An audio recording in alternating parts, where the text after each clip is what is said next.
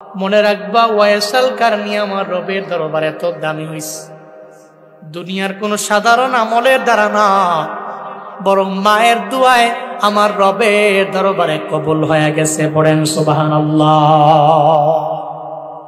ওয়াইসাল কারনি ইয়েমেনে যার বাড়ি, কর নামক এলাকা, জঙ্গলের মধ্যে যার বসবাস, ওয়াইসাল কারনি রাহমাতুল্লাহ আলাইহি যার নাম, মায়ের খেদমত করে, মায়ের সেবা করে, মায়ের সাথে সব দিনের জীবনের অংশটা পরিপূর্ণ কাটায় দেয়, রাতে কাটায় দেয়। মায়ার নবীর চেহারা মুবারক দেখার জন্য একদিন বলে, মা গো আমি মদিনায় যাব, নবীরে দেখার জন্য আমার যাইবার বড় মনে চায়। মায়ে কয়, আমার তো আর কোনো দ্বিতীয় কোনো ছেলেও নাই, আমার কোনো মেয়েও নাই, ও সন্তান আমার, তুমি যদি আমারে সাইরা মদিনায় যাও তাইলে আমারে কে দেখবে, আমারে কে খাওয়াবে? এই চিন্তায় আমি মা পড়ে যাব, মনে হয় না খায় আমি মা দুনিয়া থেকে বিদায় নিয়ে চলে যাওয়া লাগবে। ওয়াইসাল কারনি কয়, তাহলে মা আপনি কি বলেন? কয়, তুমি আমার সঙ্গেই থাক। আমার মায়ার নবীরে দেখতে যাইতে পারে না, মায়ের কাছে পরে রইল ওয়াইসাল কারনি রাহমাতুল্লাহ আলাইহি।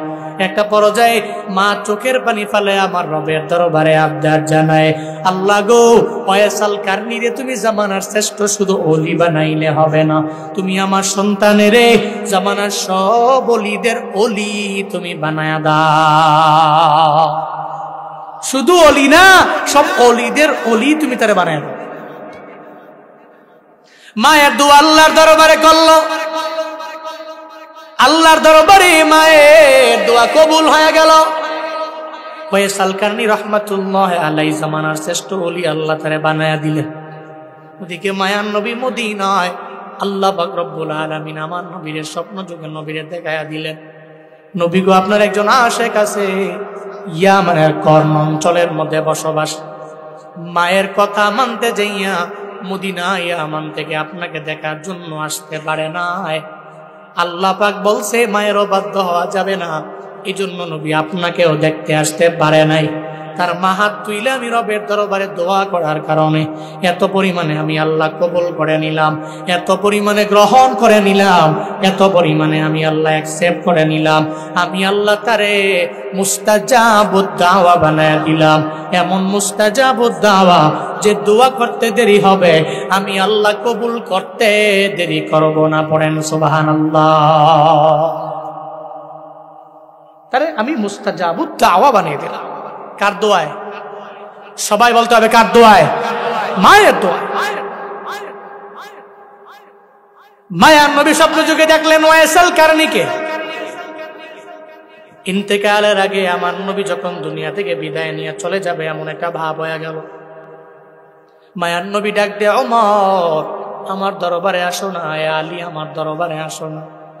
ওমর আর আলীকে আমার মায়া নবী নবীর কাছে ডাকলেন আর বললেন, ওমর রে, এই আলী রে, ইয়ামেনের একটা আশেক আছে যার নাম হলো ওয়াইসাল কারনি রাহমাতুল্লাহ আলাইহি। তার নাম ওয়াইসাল কারনি। আমার মরণের পরে আমার পরনের একটা জুব্বা তার কাছে গিয়া তোমরা হাদিয়া দিয়া দিবা। সুবহানাল্লাহ। পকেটে ধুন বাড়ি যায় কই কি দিত? জুব্বা দিত। জুব্বা কার জুব্বা? হুজুরের জুব্বা না, দুনিয়ার কোন পীরের জুব্বা না, নবীর জুব্বা। সুবহানাল্লাহ পড়বেন না। যে নবীর দেহ মুবারকের এত দাম, জুব্বা মুবারকের কত দাম।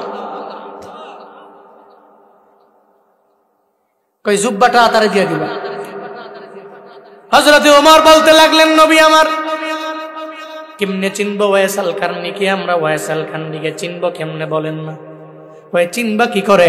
ওয়াইসাল কারনির হাতটা এমন হবে, পাটা এমন হবে, তার চেহারা এমন হবে, তার পা এমন হবে, তার বডি গঠন প্রণালীটা এমন হবে, তার হাতের মধ্যে একটা সাদা দাগ দেখতে পারবা।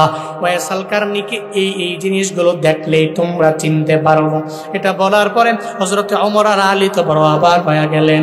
ডেকে বলে, পয়গম্বর, ওয়াইসাল কারনি তো আপনাকে দেখতে আসতে পারেন নাই, কিন্তু ওয়াইসাল কারনির এই গঠন প্রণালীর ব্যাপারে আপনি কেমনে জানেন? আমার মায়ার নবী জানায়া দেয়, ও ওমর আলী আমার সাহাবী, ওয়াইসাল কারনিরে সরাসরি আমি দেখি নাই, কিন্তু ওয়াইসাল কারনীর স্বপ্ন যুগে আমার আল্লাহ একবার না, দুবার না, তিনবার না, বহুতবার আল্লাহ পাক ওয়াইসাল কারনীরে আমার স্বপ্ন যুগে দেখায়া দিয়েছে। চিল্লা পড়া যাবে কি মারহাবা? একবার দুবার না, বহুবার ওয়াইসাল কারনীরে আল্লাহ পাক স্বপ্ন যুগে আমার দেখায়া দিচ্ছে। ওয়াইসাল কারনীর জন্য বড় দামি।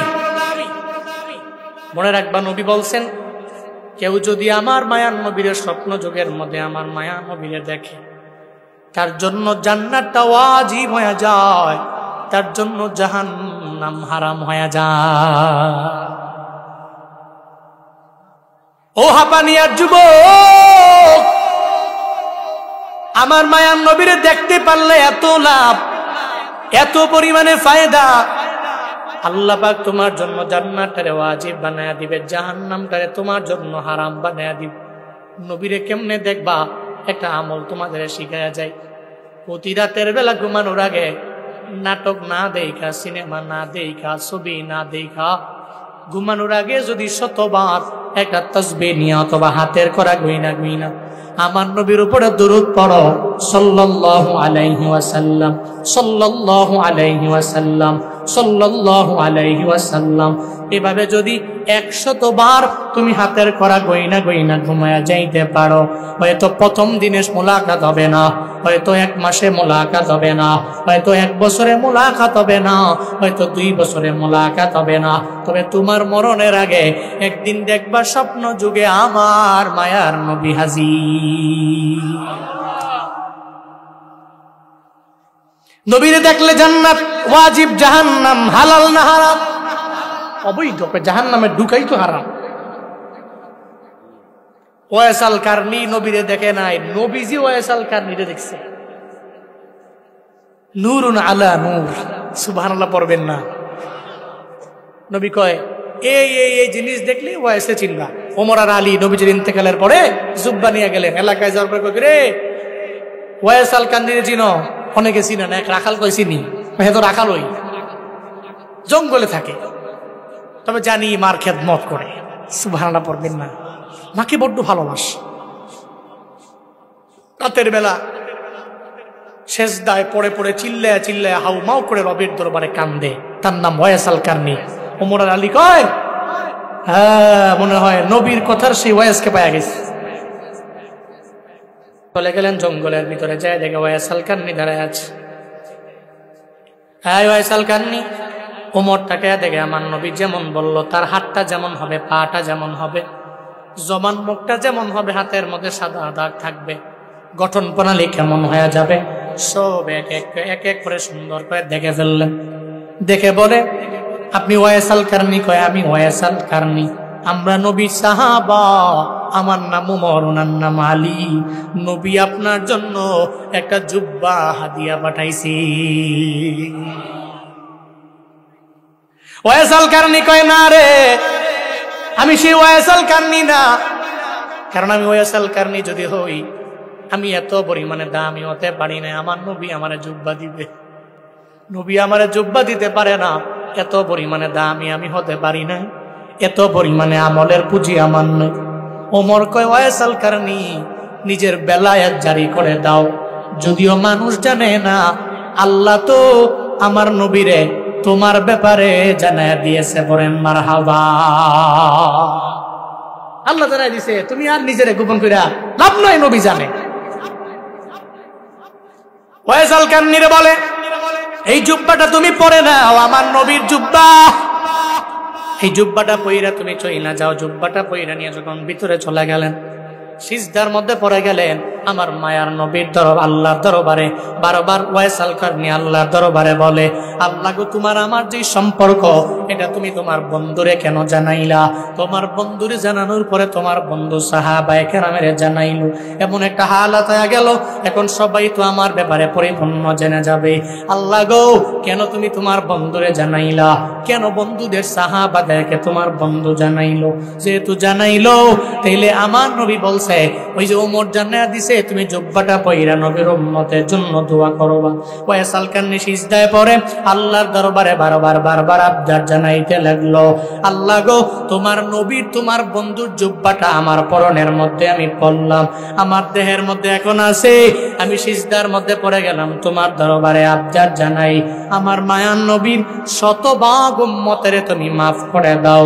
যারা আউলিয়া এরা সিজদার মধ্যে আমার আল্লাহর সাথেও কথা বলতে পারে কি পারে না? ইলহাম জারি হয় আল্লাহর সাথে কথা বলতে, আল্লাহকে বলতে লাগলো নবীর শতভাগ উম্মতের মাফ করে দাও।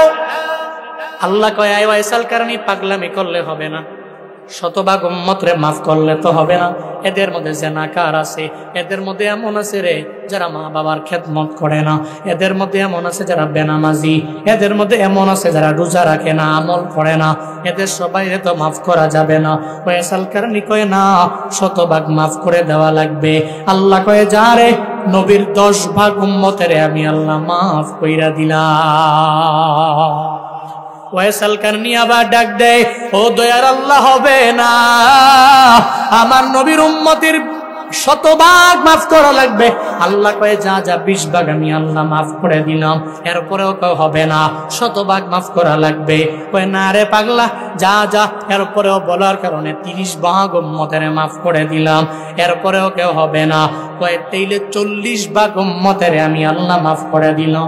এমন একটা হালাতে হযরতে ওমর যখন যায় ডাক দেয়, ওয়াইসাল কারনী আমাদের বিদায় দেও, আমরা চলে যাব আমাদের এলাকায়, মানে মদিনায় চলে যাব, ইয়ামেনে থাকতে পারবো না, বিদায় দাও।